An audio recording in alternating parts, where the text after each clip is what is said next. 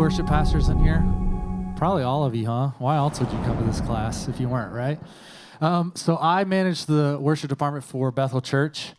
Brandon, what's your title? What's your official title? I just changed a little bit, but I was basically central worship pastor at Seacoast Church. So we are located in Charleston, South Carolina. Just to give you a little backstory real quick, it's a stereotypical mega church. I mean, our main location's probably like 6,000 to 7,000 people, worship teams, a few hundred people, and then we have 13 to 14 campuses now. And so I was overseeing our campus worship leaders. And we'll talk a little bit about how we personally structured that. So this is actually going to be cool because Paul will be able to speak to how Bethel does some things, and then I'll be able to speak and how we do some things, and so you'll get the best of both worlds. Love it. So the Bethel Worship Department, obviously Brian and Jen are over everything. They're mom and dad. I am under them as the guy who does all the things they don't want to do, basically. So that's my job role. But so I manage the anything scheduling, any auditions, anything like that is me. Probably the same job that you have. And then here, and Brandon again could talk about Seacoast structure. Here, all of our anyone that plays or serves on a weekend is 100% volunteer. Is that the same with you guys? We have a few of our team we pay, and they're contract with us, and we pay them to play, but also kind of take on some other responsibilities, and they're kind of a higher level leadership role. Yeah, perfect. So anyone, including me, on the weekend is just volunteer, and then we kind of do the same thing. There's a few people that we pay, but it's more of like a section leading role. And so in our world, Brian and Jen, me, there's someone else on staff with me who runs admin and helps all the things that I don't know how to do in Google World and Docs and Sheets and all that stuff. Jared Walsh. You in here, Jared? Where are you at? Yeah, he's in here somewhere, right? There he is. Hey, Jared. Jared is the man. That's all I'll say. Jared's the man. Jared keeps me sane. And then anyone else that's on staff with us is, again, the section leader role. And so we have someone over drums, guitars, bass, keys, violin, and those are basically in place to know how people in their section are doing, to help pastor those people, and to help with feedback and things like that. And they're paid a monthly stipend. It's not a full salary or anything. It's a hey, thanks for doing that kind of thing. How's it set up in your world? Yeah, so like I said, we have many campuses, and some campuses are 1,500 people, 2,000 in regular weekend attendance. Some may be 100, 300 people, so it varies big time. So you'll kind of see it vary per campus, and every campus worship leader who's either part-time or full-time reports to their campus pastor. And then someone like the role I've been in, they kind of they hardline to their campus pastor, and then they dotted line to me. I'll tell you a little bit about structure and then and pay too. But then they kind of dotted line for worship. So I was overseeing our campus worship leaders. So kind of the vision for worship would come from me, but their one-on-ones and who they're reporting to campus worship leader-wise is their campus pastor. Now, what we've done is we've given a budget to every campus based on how big they are, how much attendance, their weekend giving and giving reports and all that. And so they're kind of allowed to do with that however they want to and who they hire. And so the worship leader can... I think at every campus we've kind of set a standard, like you could hire one or two people if you want that to be your music director because they're taking on a whole lot more responsibility. You can do that, or if you want to hire a part-time worship leader or whatever, you can kind of use that money how you'd like. So, and then as your campus grows and there's more budget, you can begin to pay musicians. So I think that's like the question everyone's always asking: should you pay or should you not? There are pros and cons on both sides. I don't think there's a right answer. I think, you should just honor your leadership and try to have those conversations and routinely have them, like, because it could change. I've been in churches where, like, we will never, and I just don't know if that's the right way to look at it. I think you should just look at the season that you're in and who's on your team and ask God, how can I, is it the best thing right now to not, or maybe this is a season where it would really bless this person. Yeah. That's really really good. Yeah, we anyone that plays for a conference or something like this gets paid because it's a paid event. But as far as weekends go, we don't. And again, I'm with Brendan. I don't think there's a right answer. I think you ask the Holy Spirit, you talk to leadership, and you figure out what works for your church the best and do that. As far as so this is like nitty gritty. You guys cool with that? Like logistical stuff. So scheduling, everyone. Yeah, exactly. I think that we should start a planning center support group. Of like, it's like when I see a decline, I see red, and I literally see red, and I'm getting so mad. You guys know what I'm talking about. One of the planning center guys was here for an event, and I was like, "Hey, can you remove the decline button from my planning center?" Yeah. Because it makes me so mad. The only thing that's worse is when they decline and there's a reason why, and they just put nothing or put out of town. And I was like, dude, you didn't know. Bro, the no reason given. Oh, no reason, huh? Sometimes I'll just add them back in and confirm them. Yeah. Like, and then see what they do. Oh, man. I like to get passive aggressive in planning center. But no, scheduling. So how we schedule things, we are super big on blocking out. Please block out your days. Please be an adult. Please be responsible. Creatives are actually capable of being responsible and using their calendar. Yeah. So we hold them to a standard of we're going to send out 2 reminders to block out. Yeah. After that, this is our rule. If you haven't blocked out and I do the schedule and you forgot to block out, sorry, you'd have to find someone to fill your place. I set that up because I realized I was going to go crazy and kill people if I didn't set up a healthy boundary. So in our world, block out. If you don't block out, it's on you. And then we ask, confirm or decline as soon as you can. The week of, we don't allow declines. So if it's the week of a service and you're scheduled and you're unconfirmed, you're on the set or you're finding someone else. So we put a lot of responsibility on people of, hey, you signed up to be on our team. You've asked to be on our team. We're not making you be on our team. But if you're on our team, this is how it works scheduling-wise. How you guys do it? Yeah, very similarly. What's up, Seacoast? What up, Seacoast? Y'all, they call me Seacoast, and we're really prepared and planned and stuff. So just insider funny joke. We'll be on tour, and I'll go up to our band director and David Whitworth, who's amazing, and I'll be like, "Hey, dude, so what song are we doing after?" And he's like, "Okay, Seacoast, hold on, listen, this is Bethel. We're gonna go with the flow a little bit, you know." Okay, Seacoast. No, we do it very similarly. We send out an email, a reminder all the time, and we try to schedule worship leaders 6 weeks out. And then the schedule goes out we have someone who kind of owns Planning Center, but we ask them to take responsibility at a certain point and find someone else if they can't be there, if they're declining a week or 2 out. And even what we go so far, we actually do midweek run-throughs. And if they can be on, we have Saturday service and then Sunday morning services. And if they can't even be at run-through, we'll actually have them bring in someone else to find a replacement for a run-through. And so we really value that run-through time and making sure that they're there. So we kind of do 6 weeks out, and then band members, team members go out 4 weeks, and then our person who kind of owns Planning Center checks in, and then we assign a lead worshiper to every weekend, and so they're also responsible for monitoring the team if anyone's declined, following up with them. They're also sending out notes about that specific weekend, putting in vocal notes, that kind of thing. And they can actually empower other people to do those things, but it's ultimately their responsibility. And it's also put on them that spiritual responsibility for the weekend, coming to our. We could talk about this too. We have this time called Family Tree. And so, how many of you know it's exhausting if you've got to come up with something every weekend to spiritually shepherd your team? It really is exhausting, especially if you got to be there really early and and you're like, God, I just need a word for myself.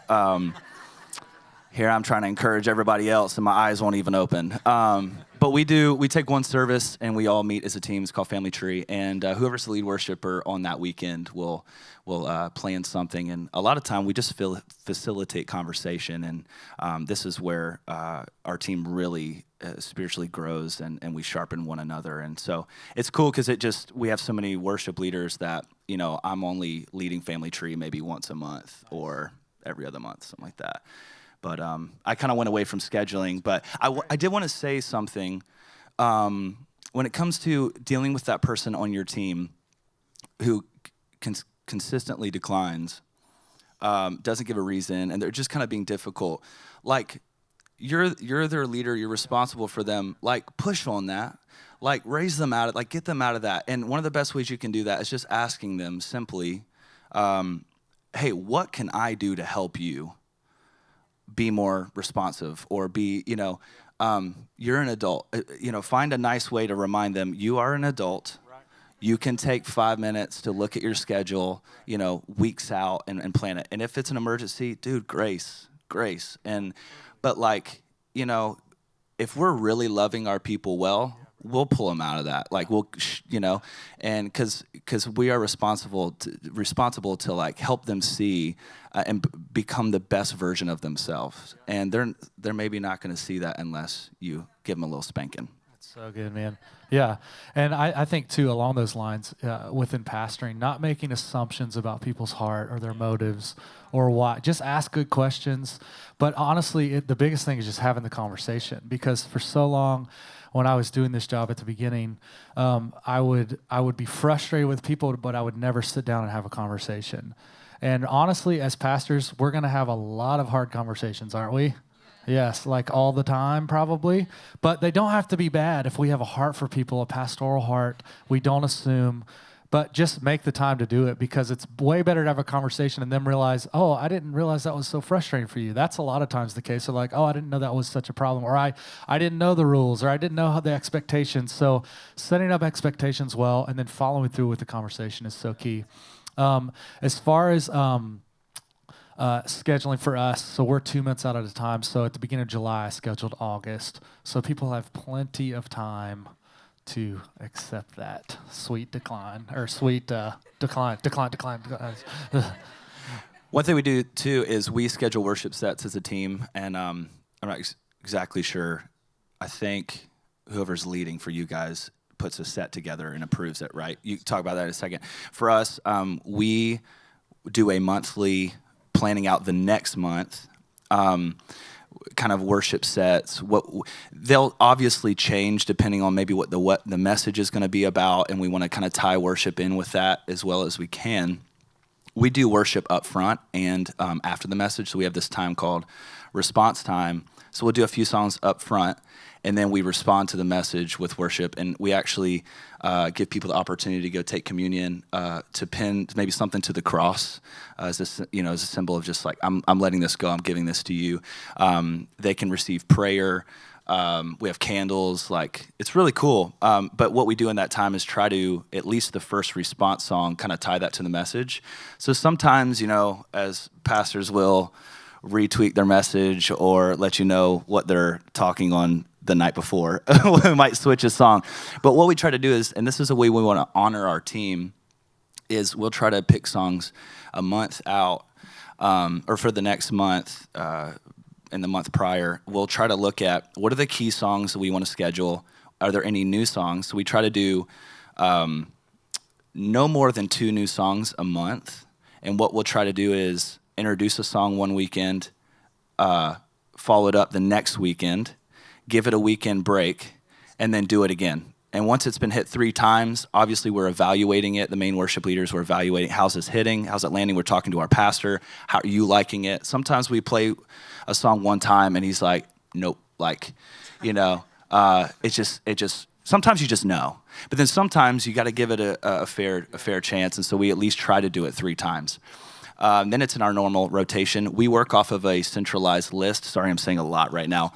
A centralized list of probably 60 songs, then we pare down seasonally to about 15 to 20, and we send it out to our campuses. This is one way we stay aligned with 13 to 14 campuses, is we choose from a list, and again, they have campus-specific ones. If their campus is going through a season of heavy loss, maybe it's a smaller campus, they have a lot of people who kind of are going through a heavy season, we want you to lean into that and lead songs that speak to that. So you don't have to be doing the same exact set or list, but we're kind of all together, if that makes sense. So there's a centralized list that they can choose from. If they want to choose outside of that, what do they do? Yeah, they're going to send that song to me and just kind of get it approved. Hey, this is a song we're wanting to do, and yeah. You're like, did I write that song? Then yeah. no. Then no. How much percentage do I have on those songs? That's good. For us, set lists, oh man. A month out would be like, Jesus is coming back tomorrow. Ours, when I first got here, I got here in 2012, and our set lists were like, hey, it's Sunday morning, what should we do? Hey, how about this new song that no one's ever heard that I'm still figuring out how it goes? Now we try our best to, if you're leading on a Friday night, the set list is out on Wednesday. If you're leading on a Sunday, it's out by Thursday. That's us doing really good. That's us like, look at us. It's a day ahead of time. And for me, like coming from the opposite, like it's so refreshing to me. I'm like, yes. I don't because sometimes you're like, I don't want to know the set a month out. Like, I don't want to be boxed into that, So there's pros and cons to both, Totally. But all of our band members will be like, man, I'm going to Seacoast. That's amazing. Everybody's moving to the East Coast. Yes. Come on over. What was I going to say? I will say this real quick while you think. Say it. No matter what you do, try as the leader, try to eliminate every excuse for your band members to not be prepared. Yeah, bro, that's so good. That's on you. That's not on them. You can lead them really well by eliminating every excuse. So for you, in the season that you're in, with your leadership, whatever your structure looks like, I would ask, what feels good for your team? You might have some really, really good team. The reason why they can do that here is because they have so honed their craft that they can listen to a song one, maybe two times, and they've got it nailed. Like, all the band members they're so good. And you guys hold that standard really, really high, It's we, man. It's we. It's not you guys, it's we, man. It's we. That's right. That's right. I'm Seacoast and Bethel. Oh, yeah, let's go. Bethel, Seacoast, West Coast. Sethel. Let's go, Sethel. As far as approving set lists in our world, normally we'll have leader and then co-leads under that. And so the leader is normally texting the co-leads, hey, what songs do you want to do this weekend? Send me some ideas. And then the leader will put together the set list from there. And again, we do approve set lists a little bit. It's mainly just to make sure that the flow is right, that they're not doing any like super obscure song or like song that doesn't work corporately, and really just making sure everyone's set up well. Like, it's not that we don't want you to do that cool song. We just want to make sure that it works in worship and that people can follow along and sing along. And so we're normally looking at flow. We're looking at the team that's in place. Can this song be done with this band at this campus? Things like that. And honestly, it's really like a culture thing. Like, we all as worship leaders know the culture of Bethel. We know what works. We know what doesn't work. And so it's less about you can't do that and more like, is that going to be a good thing for our church and our team? That kind of thing. Rehearsals. We don't really have rehearsals anymore. We used to have a Saturday rehearsal for Sunday morning at both of our campuses. So we have this campus Friday night, Sunday morning 2 services, 1 p.m. Sunday night, and then we have our Cascade campus downtown, which is Sunday morning, and then our Twin View campus, which is Sunday morning. Now, really because of rooms, people's schedules, a lot of our team travels too, which is probably not a normal thing for most churches. And so our rehearsal looks like 2 hours before service, we have a sound check rehearsal. And that is, again, why it's important to get your songs out ahead of time and for band members to know the new songs coming out. And so we're always telling guys like, hey, this new album's coming out. We'll send them the songs. We'll send them the charts. Hey, make sure you know these songs, because we kind of have to be ultra prepared and be willing to flex because of how our schedules work. So ours are 2 hours ahead of time. How do you guys look for rehearsals? Yeah, so we do them on Tuesday evenings, and we really try to make it a requirement that every campus does, but a lot of them are portable, so they can't. And so in that case, we really try to, I try to eliminate every excuse for my worship leaders to not have all their notes in. Like what we try to do too is provide all those tracks on Planning Center, like ISO tracks, isolated guitar tracks. So if they can't rehearse, they're at least we're giving them like extra resources to be super prepared. So one thing we do, and the reason why we've kept midweek run-throughs. Also, we call it a run-through, not rehearsal. Because words create worlds, and so we really try to use that language. It's our run-through, midweek run-through, not rehearsal. Rehearsal, practice, and rehearsal is what you do at home. Run-through is what we do together. And so that's what we try to keep it as. And one thing that we do, we have the we're able to record our run-throughs, and so that our audio team on Wednesday and Thursday or whenever they can actually go in the room, play back run-through, and mix and work on kind of the whole weekend experience and kind of tweak it. So, yeah. Sweet. How do you guys do auditions, add people to the team?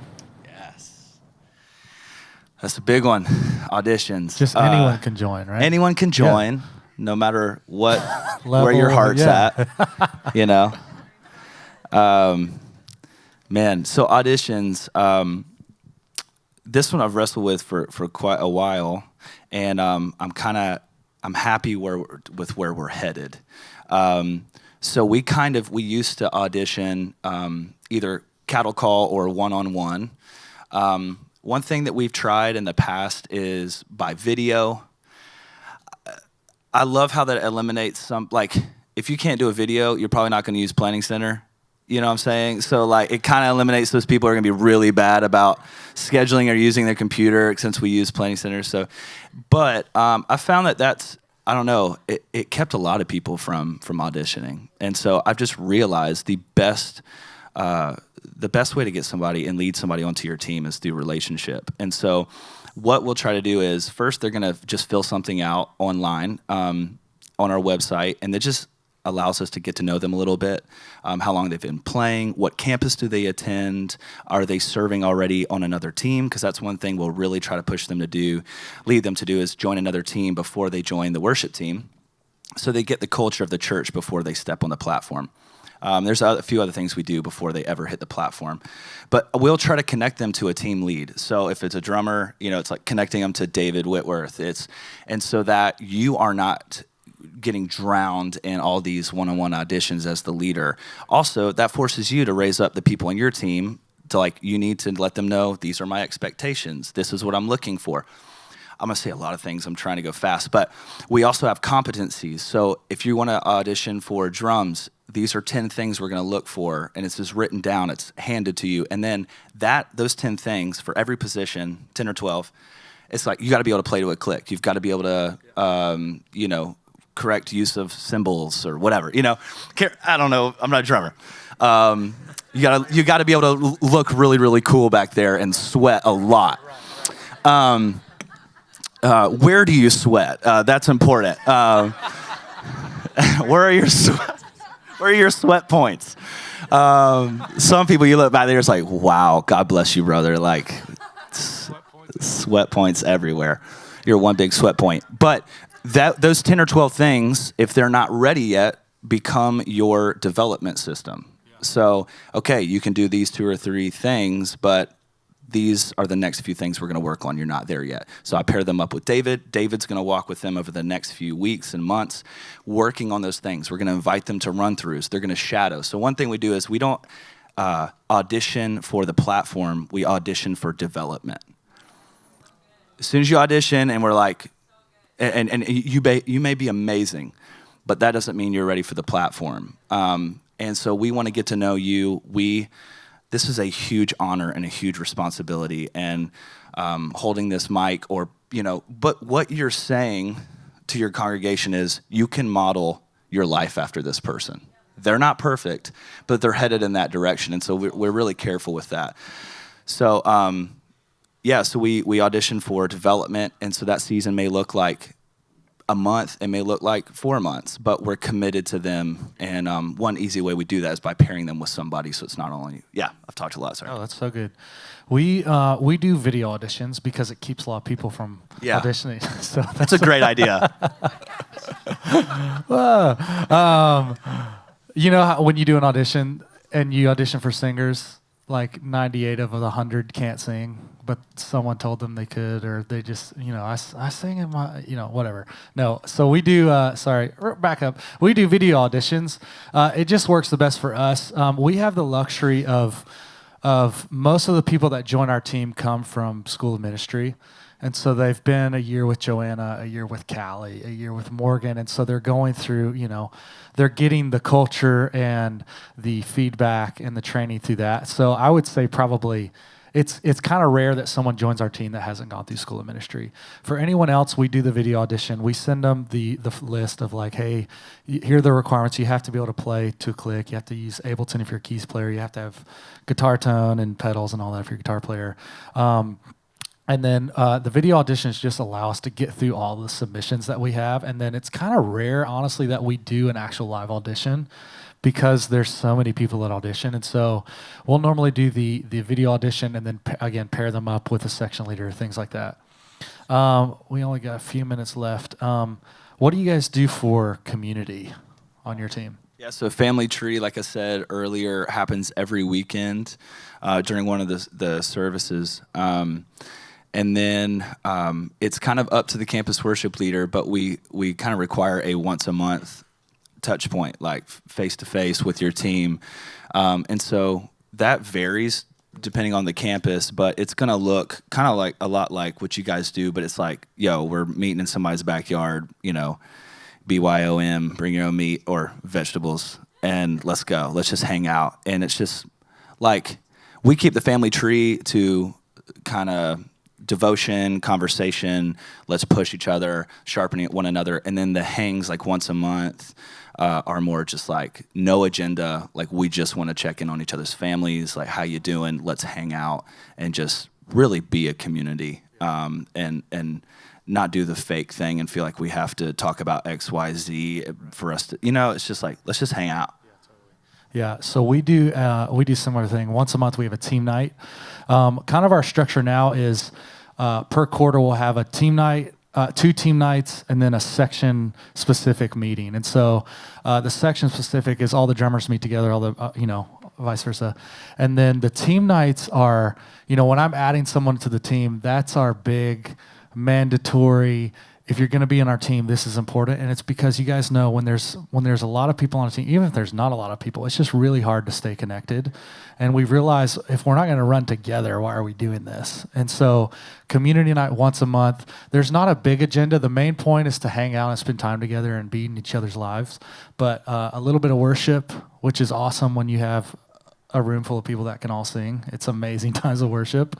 And then hearing from some of our senior leaders or Brian and Jen or even people on the team, and then a lot of eating. And then we make sure we always take time for testimonies and encouragement / prophetic over one another. Because when you don't keep those testimonies in front of you, you can easily forget why you're doing what you're doing. And we're in the trenches, aren't we? Like week in, week out doing this thing. And if we don't keep those testimonies and the faith level really high, it's really hard to stay in this long term. So times of testimonies, and then even just popcorn, prophetic or encouragement over one another of, hey, so-and-so has been doing amazing, and I see this on your life, and I see you stepping into this season. It doesn't have to be weird, but make sure you're taking time to create a culture of encouragement, because it makes those times when you have to give hard feedback easier because you've poured into that well of encouragement. So that's a big deal for us on our team. I've heard you'll suffocate what you don't celebrate. And our church is we are experiencing such a move of God right now, and I'm watching week to week how some weeks it feels like we're missing it, and then some weeks we're doing really well at sharing stories, encouraging one another, and it's like it fans back into flame. And so I just want to echo that, man. Celebrate what God's doing. Vision leaks. People are coming from a 9 to 5 to showing up to run through. They've not been spending time in their Bible or, having these enriching conversations, and so they're showing up. It's your responsibility to like get them back in that mode, and remind them the why behind what we do. So that the more you can attach people to the why and not just what they're doing, they're gonna feel like they're thriving, and they're gonna bring their best, and they're gonna keep it about the main thing. So good. Well, let me pray. We're out of time. Jesus, thank you for these amazing pastors and leaders. I pray that the next 2 weeks would just be such an amazing time for them in your presence, that they would first just meet with you and have a fresh encounter with you, God. And I just pray for fresh vision, fresh encouragement, fresh hope for the next season of their life. And I pray that this will just be an amazing, refreshing 2 weeks for them. Thanks for what they're pouring into. Thanks that we're all running after you and running after each other. We thank you in Jesus' name. Amen. Amen. Amen. Thank you, guys.